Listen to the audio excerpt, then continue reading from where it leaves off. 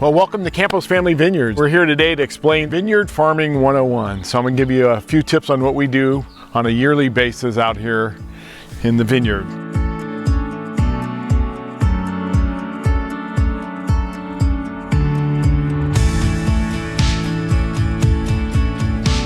So one thing I'd like to explain to you is kind of the parts of the vine. So this is the vine, and the horizontal pieces coming across here and here are called the cordon. All right, and the next part of the vine are the spurs, and these are the little knuckles that come off of the cordon where the actually vines start to grow. One of the most important things about farming, and the very first thing what we do in the beginning of the year, is pruning. And you want to prune before the first frost hits, and that's generally in January for us in our area. And so when we prune, what we want to do is we go to each spur. And you can see the previous years where we pruned it way down. And this year what we did is we left two knuckles or two vines available to grow. One here and one here. So we only went, you could go up to 2 to 3. We pruned down to 2 vines per spur. What that's going to produce is it's going to produce a very quality grape.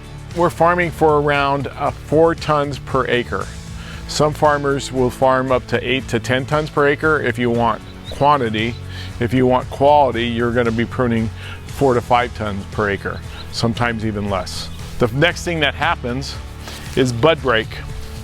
So off of each one of these spurs, you'll have 2 little buds coming up, and that happens in March. It's a very vulnerable time for the vines, so we try to really keep a close eye on it during that time. Once bud break happens, then the vineyard really takes off.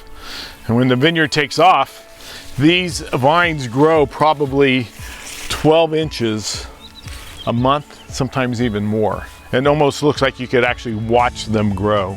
It's pretty amazing. Once they start growing and they get about 12 inches to 2 foot tall, what we do is we come in and we start to, we call suckering. So any extra growth that's going on, we pull off.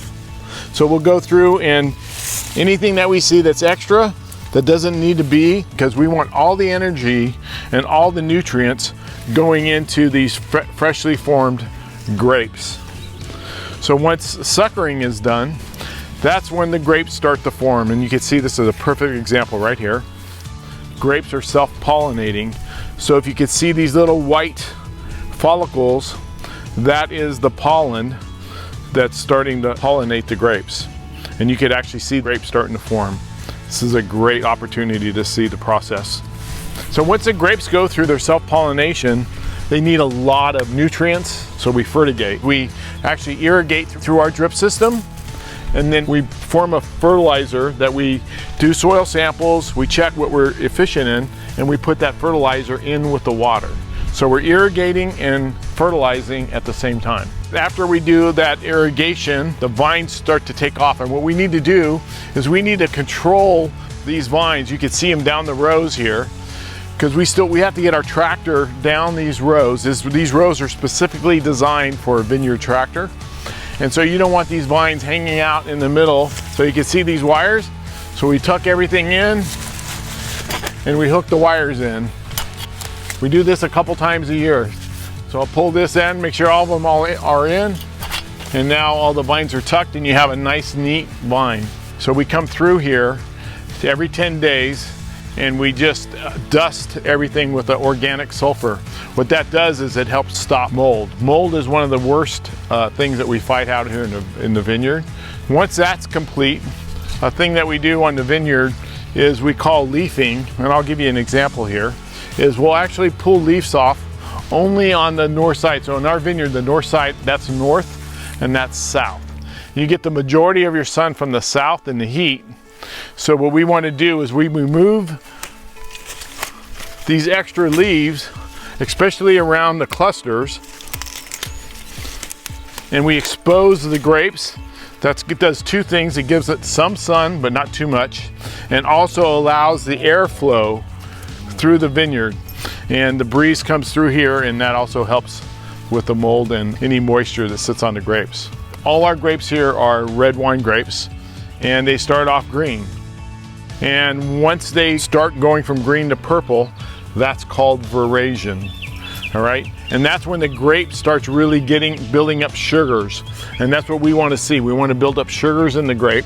What we do is we actually, right before veraison, and if the grapes aren't all the same level, we'll drop the ones that are running behind. It sounds like a waste, but what it really does is gives you that quality of fruit that you want. Once that's complete and we have a really nice crop, I come out here with a refractometer and we'll go through the vineyard and we'll pull grapes off throughout the different varieties of the vineyard. And what I'll do is I'll crush those grapes, and then I take that juice and we pour it in the refractometer, and that will tell us our brick level of the sugar, or the sugars of the grapes. Once we hit that 25 brick mark is when it's time to harvest. Some of the varieties we let go a little longer, some we go a little bit earlier. So for instance, if you're doing a rosé, you don't want a sweet rosé, we want a nice dry rosé. We harvest at 19 bricks. Most of the other wines we harvest between 25 and 27 bricks. Then we start harvesting. And the way we harvest is we harvest all by hand. Again, we're looking for quality. So we'll go through and harvest the grapes by hand. What that does for you is, if you harvest by machine, number one, it's hard on your vineyard. Number two, there's a lot of different things that get in the vines throughout the year. By hand, you're getting nice, clean grapes. And also the quality. So if we're going through and we're harvesting and we see something wrong with a bunch, we'll just drop it on the ground. We're not going to put it in our box to make wine. We've been really fortunate here at Campos Family Vineyards to have a really healthy crop. And as you can tell, this year is starting off to be an amazing year. So I can't wait to see what kind of wine we're going to be making out of this fruit. So thanks again for your time. Come out and see us in the tasting room anytime and enjoy some of our award-winning wines.